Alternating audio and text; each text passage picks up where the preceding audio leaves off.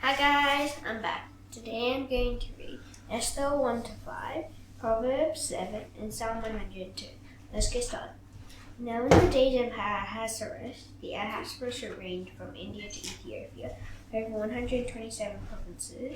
In those days, when King Ahasuerus sat on his royal throne in Susa, the citadel, in the 3rd year of his reign, he gave a feast for all his officials and servants. The army of Persia and Media and the nobles and governors of the provinces were before him. And he showed the riches of his royal glory and the splendor and pomp of his greatness for many days, 180 riches. And when these days were completed, the king gave all the people present in Susa, the citadel, both great and small, a feast lasting for 7 days in the court of the garden of the king's palace.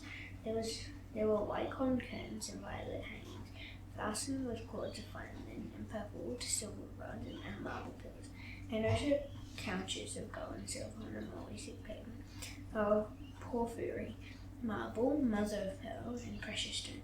Drinks were served in golden vessels of different kinds, and the real wine was lavished according to the bounty of the king. And drinking was according to this edict. There was no compulsion, for the king had given orders to all the staff of his palace to do as each man desired. Queen Vashti also gave a feast for the women in the palace that belonged to King Ahasuerus. On the 7th day, when the heart of the king was merry with wine, he commanded Mehuman, Biztha, Harbona, Bigtha, and Anabagtha, Zethar, and Carcass, the 7 energies who served in the presence of King Ahasuerus, should bring Queen Vashti before the king with a robe, in order to show the peoples and the princes her beauty, for she was lovely to look at. The Queen Vashti refused to come at the king's command, delivered by the energy.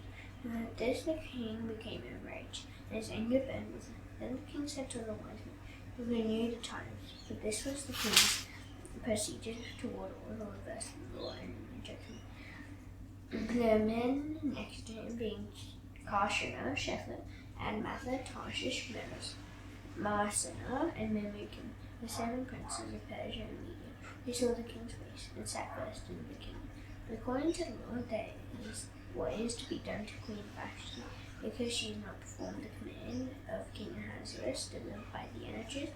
Then Memucan said in the presence of the king and the official, not only against the king has Queen Vashti done wrong, but also against all the officials and all the people, and all the provinces of King Ahasuerus. For the queen's behavior will be made known to all women, causing them to look at her, Vashti, to be brought with him. Look at their husbands with contempt. See, they will say, King Ahasuerus commanded Queen Vashti to be brought before him, and she did not come.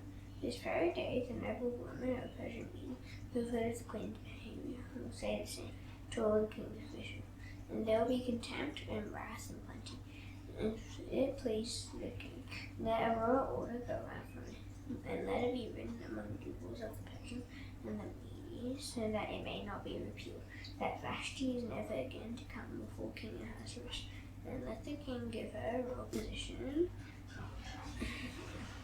to another who is better than she. So when the decree made by the king is proclaimed that all is king, for it is vast, all women will give honor to their husbands, high and low alike. This advice pays for the royal provinces. To every province is their own script, and to every people its own man. Let every man be master in his own household, and speak according to the language of his people. After these things, when the anger of King Ahasuerus had abated, he remembered Vashti and all what she had done, and what had been decreed against her. Then the king's young men who attended him said, let beautiful young virgins be sought out for the king, and let the king appoint officers in all the provinces of the kingdom to gather all the beautiful young virgins to the harem in Susa, to the city, under custody of Heli, the king's head master, who is in charge of all. Let the cosmetics be given, and let the young woman who pleased the king be queen instead of Vashti. These pleased the king, and he did so. There was a Jew in Susa, whose name was Mordecai, the son of Jair, son of Shimei, son of Kish, a Benjaminite, who had been carried away from Jerusalem among the captives carried away with Jeconiah, king of Judah, whom Nebuchadnezzar, king of Babylon, had carried away. He was bringing up Hadassah, which is Esther, the daughter of his uncle, for she had neither father nor mother. The young woman had a beautiful figure and was lovely to look at. And when her father and her mother died, Mordecai took her as his own daughter. So when the king's order and his edict were proclaimed, and when many young women were gathered in the citadel in custody of Hegai, Esther also was taken into the king's palace and put in custody of Hegai, who had charge of them. And the young woman pleased him and won his favour. And he quickly provided her with cosmetics and a portion of food. There were 7 chosen young women from the king's palace, and advanced her and a young woman to the best place in the house. Esther had not made known her people or kindred, for Mordecai had commanded her not to make it known. And every day Mordecai moved in front of the court of the hand to learn how Esther was and what was happening to her. And when the time came for each young man to go into King Ahasuerus, after being 12 months under the regulations for the one, since this was the regular period of the beautifying, 6 months with the oil of myrrh, and 6 months with the spices and wine. When the young woman went into the king's way, she was given whatever she desired to take with her, from the harem to the king's palace. In the evening she would go, and in the morning she would return to the second harem in the custody of Shashgaz, the king's heir, who was in charge of the concubines. She would not go into the king again, unless the king delighted in her, and she was summoned by name. When the time came for Esther, the daughter of Abihail, the uncle of Mordecai, who had taken her as his own daughter, to go into the king, she asked for nothing except what Hegai, the king's eunuch, who had charge of the woman, advised. Now Esther was winning favor in the eyes of all who saw her. And when Esther was taken to King Ahasuerus into his royal palace in the 10th month, which is the month of Tebeth, in the 7th year of his reign, the king loved Esther more than all the world, and she won grace and favor in his sight more than all the virgins, so that he set the royal crown on her head and made her queen instead of Vashti. Then the king gave a great feast for all his officials and servants. It was Esther's feast. He also granted a remission of taxes to the provinces and gave gifts with royal generosity.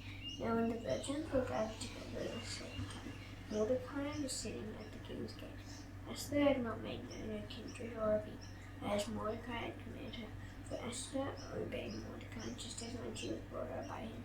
In those days, as Mordecai was sitting at the king's gate, Bigthan and Terah, 2 of the king's officials, who guarded the threshold, became angry and sought to lay hands on King Ahasuerus.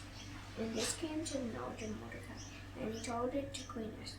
And Esther told the king the name of Mordecai. When the affair was investigated and found to be so, the men were both hanged on the gallows, and it was recorded in the book of the Chronicles in the presence of the king. And after these things, King Ahasuerus promoted Haman, Agagite, the son of Hammedatha, and advanced him and set his throne above all the officials who were with him. And all the king's servants who were at the king's gate bowed down and paid homage to Haman. For the king had so commanded concerning him, that Mordecai did not bow down or pay homage. And the king's servants who were at the king's gate said to Mordecai, "Why did you transgress the king's command?" And when they spoke to him day after day, and he would not listen to them, they told Haman, in order to see whether Mordecai words would stay. For he had told them that he was a Jew. And Haman saw that Mordecai did not bow down or pay homage. Haman was filled with fury, but he disdained to lay hands on Mordecai. So when he still made mention the people of Mordecai, Haman sought to destroy all the Jews, the people of Mordecai, through the whole land who pleaded with Ahasuerus. In the 1st month, which is the month of Nisan, in the 12th year of King Ahasuerus, they cast they cast lots before Haman day after day, and cast it month after month until the 12th month, which is the month of Adar. Then Haman said to King Ahasuerus, "There are certain people scattered abroad and dispersed among the peoples in all the provinces of your kingdom. Their laws are different from those of every other people, and they do not keep the king's laws, so that it is not to the king's profit to tolerate them. If it please the king, let it be decreed that they be destroyed. And I will pay you 10,000 talents of silver into the hands of those who are charged with the king's business, and that they may put it into the king's treasury. So the king took a signet ring from his hand and gave it to Haman, the Agagite, the son of Hammedatha, the enemy of the Jews. And the king said to Haman, this money is given to the people also to do with them what as it seems good to you. Then the king's scribes were summoned on the 13th day of the first month, and in Egypt, according to all that Haman commanded, was written on the king's satraps and to the governors of all the provinces, and to the officials of all the people, to every province in its own script, and every people in its own language. And it was written in the name of King Ahasuerus and sealed with the king's signet ring. Letters were sent by couriers to all the king's provinces with instruction to destroy, to kill, and to annihilate all Jews, young and old, women and children. And one day, the 13th day of the 12th month, which is the month of Adar, and to plunder their goods. A copy of the document was to be issued as a decree in every province by proclamation to all the people to be ready for that day. The couriers went out hurriedly by order of the king, and the decree was issued in Susa the citadel. And the king and Haman sat down to drink. But the city of Susa was thrown into confusion.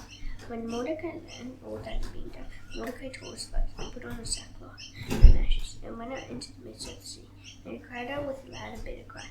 He went up to the entrance of the king's gate, but no one was allowed to enter the king's gate, clothed in sackcloth. And every province where the kings would command and his decree reached, there was great mourning among the Jews, with fasting and weeping and lamenting. And many of them laid sackcloth and ashes. And Esther's young woman heard all that had been done, and the Jews came and told her. The queen was deeply distressed.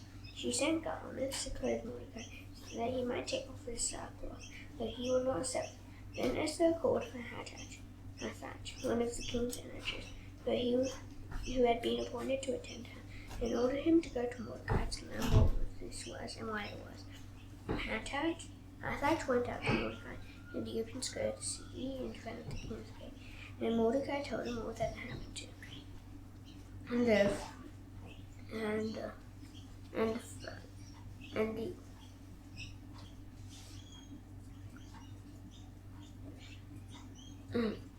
And the exact sum of money that Haman had promised to pay into the king's treasury for the destruction of the Jews, that he might show it to Esther. Mordecai also gave him a copy of the written decree issued in Susa for their destruction, that he might show it to Esther and explain it to her and command her to go to the king to beg his favor and plead with him on behalf of the people. And Hathach went and told Esther what Mordecai had said. And Esther spake to Hathach and commanded him to go to Mordecai and say, all the king's servants and the people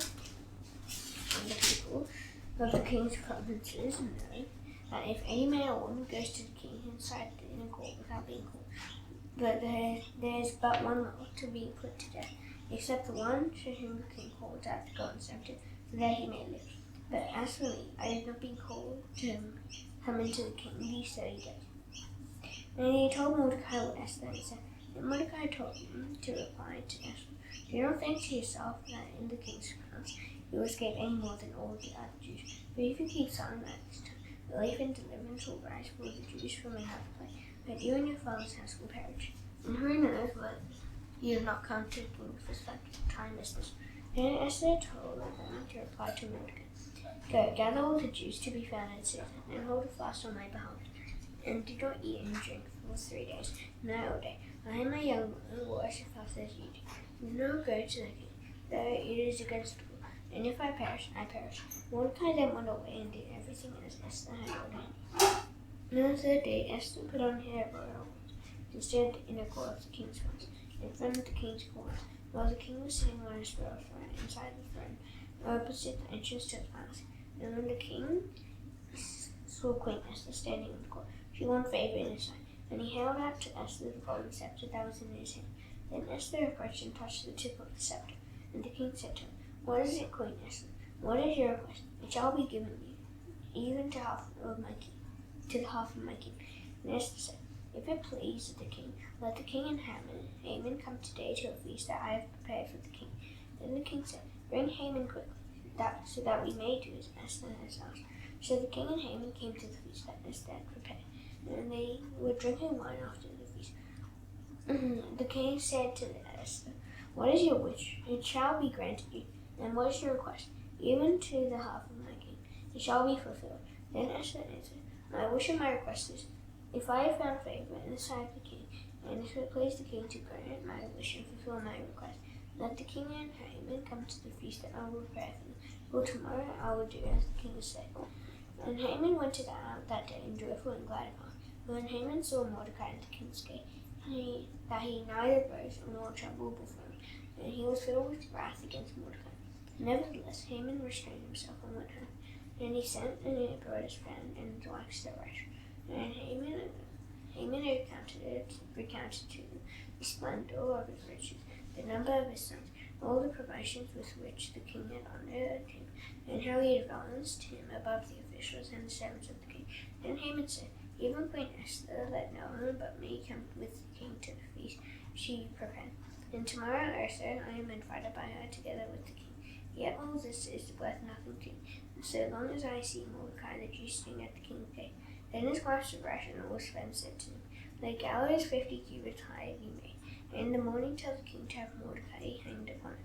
Then go joyfully with the king to the feast. This idea pleased Haman, and he had the gallows made.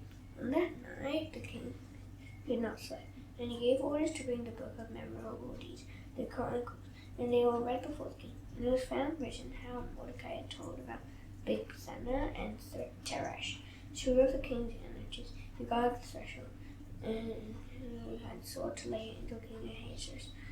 And the king said, What honor or distinction has been bestowed on Mordecai for this? The king's young men who attended him said, Nothing has been done for him. And the king said, Who was in the court? Now Haman had just entered the outer court of the king's house to speak to the king about having Mordecai hanged on the gallows that he had prepared for him. And the king's young men told, Haman is there, standing in the court. And the king said, Let him come in. And so Haman came in, and the king said to him, What should be done to the man whom the king's delights to honor? And Haman said to him, For the man whom the king's delights to honor, there were a robe which the king has worn, and the horse that the king has ridden, and on whose head a robe crown is set. And let the robes and the horse be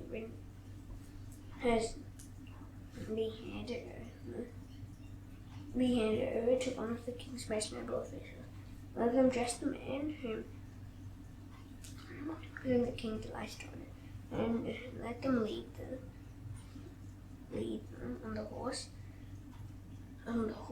which through the square of the sea, proclaiming before him, Thus shall it be done to the man whom the king delights to honor. Then the king said to him, Hurry, take the robes and the horse, as you said, and dispatch to Mordecai the Jew, who sits at the king's gate. Leave out nothing that you have mentioned. So Haman took the robes and the horse, and he dressed Mordecai and led him through the square of the sea, proclaiming before him, Thus shall it be done to the man whom the king delights to honor. Then Mordecai returned to the king's gate. Then Haman returned to his house, mourning and with his head covered. And Haman told his wife Zeresh and all his friends everything that had happened to him. Then his wise men and his wife Zeresh said to him, If Mordecai, before whom you have begun to fall, is of the Jewish people, you will not overcome him, but will surely fall before him. And while they were yet talking,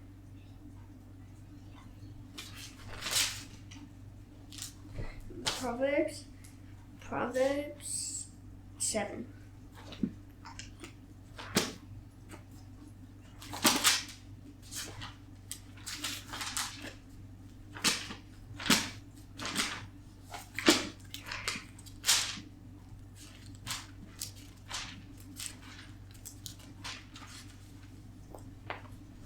My son, keep my words and treasure all my commandments with you. Keep my commandments and live. Keep my teaching as the apple of your eye. Bind them on your fingers, write them on the tablet of your heart. Say to wisdom, you are my sister, and call inside your intimate friend, to keep you from the forbidden woman, from the adulteress with the smooth words. Throughout the window of my house I have looked out through my lattice, and I have seen among the stipple, I have perceived among the youths, a young man lacking sin, passing along the street near their corner, taking the road to her house, in the twilight, in the evening, at the time of night and darkness. And behold, the woman meets him, dressed as a prostitute, woolly of heart. She is loud and wayward. Her feet do not stay at home. Now in the street, now in the market, and at every corner she lies in wait. She seizes him and kisses him, and with a bold face she says to him, I had to offer sacrifice, and today I have paid my vows to seek. So now I have come out to meet you, to seek you eagerly, and I have found you. I spread my couch with coverings, covered with linens from Egyptian linen. I have perfumed my bed with myrrh, the loaves and sin. Come, let's drink our fill of love till morning. Let us still hide ourselves with love. For my husband is not at home. He is gone on a long trip. He took a bag of money with him, so at full moon he will come home. With much seductive speech she persuades. With a swift talk she compels him. All at once he follows her, as an ox goes to its lord, or a stag is caught fast, until a narrow piece is its lure. As a bird rushes into a snare, he does not know that it will cost him his life. And now, O sons, listen to me, and be attentive to the words of my mouth. Let not your heart turn aside to a waste. Do not stray into a path. For many a victim she is laid low, and all her slain are a mighty throng. Her house is the way to Sheol, going down into the chambers of death. Psalm 102.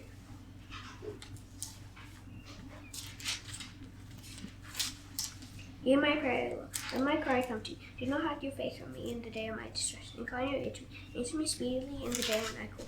For my days pass away like smoke, and my bones burn like a furnace. My heart is struck down like grass and has withered. I feel glad to eat my bone. Because of my loud groaning, my bones cling to my flesh. I am like a desert owl of the wilderness, like an owl of the waste places. I lie awake, and I am like a lonely sparrow in the housetop. All the day my enemies taunt me. Those who deride me use my name for a curse. For I eat ashes my bread, and mingle tears with my drink. Because of your indignation and anger,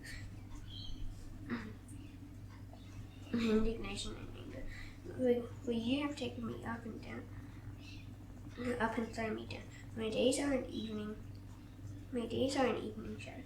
I wither away like grass, but you, O Lord, are enthroned forever. You are remembered throughout all generations. You will rise and have pity on that. It is the time to your favor. The appointed time has come. For your servants told us, stones dear, and have pity on their dust. Nations will fear the name of the Lord, and all the kings of the earth will fear your glory. For the Lord builds up Zion. He appears in his glory. He regards the prayer of the destitute, and does not despise their prayer. Let this be recorded for a generation to come, so that the people yet to be created may praise the Lord. And he looked down from his holy height. From heaven the Lord looked at the earth, to hear the groans of the prisoners, to set free those who are doomed to die, that they may declare in Zion the name of the Lord, and in Jerusalem his praise, when people gather together in kingdoms to worship the Lord. He has broken my strength in mid-course. He shortened my days. O my God, I say, take me not away in the midst of my days. For you who years endure throughout all generations. Of old you laid the foundations of the earth, and the heavens are the work of your hands. They will perish, but you will remain. They will all wear around like a garment. You will change them like a robe, and they will pass away. But you are the same, and your years have no end. The children of your servants shall dwell secure. Their offspring shall be established before you.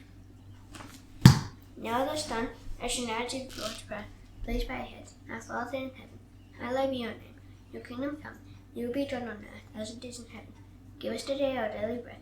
Forgive us our debts, as we also forgive our debtors. Lead us not into temptation, but deliver us from the evil one. For yours is the kingdom, and the power, and the glory forever. Amen. See you tomorrow. Bye.